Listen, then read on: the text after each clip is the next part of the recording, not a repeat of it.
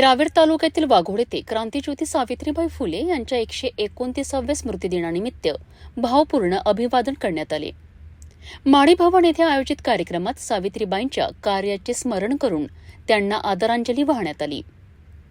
भारतीय स्त्री शिक्षणाच्या जननी आणि महान समाजसुधारक क्रांतीज्योती सावित्रीबाई फुले यांच्या 129व्या स्मृतिदिनानिमित्त वाघोड येथील श्री संत सावता चौकातील माडी भवन येथे कार्यक्रमाचे आयोजन करण्यात आले।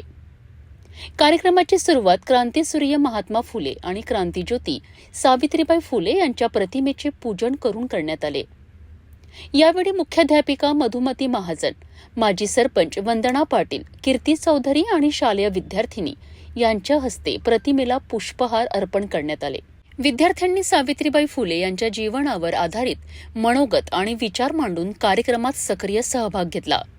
यावेळी माजी भाजपा प्रदेश कार्यकारिणी सदस्य सुनील पाटील, माडी समाज अध्यक्ष सुनील चौधरी, भारत एज्युकेशन सोसायटीचे चेअरमन IS पाटील, विश्व वारकरी सेनेचे अध्यक्ष संतोष महाराज, सुधाकर महाजन तसेच माडी समाज पंच मंडळ आणि विद्यार्थी मोठ्या संख्येने उपस्थित होते।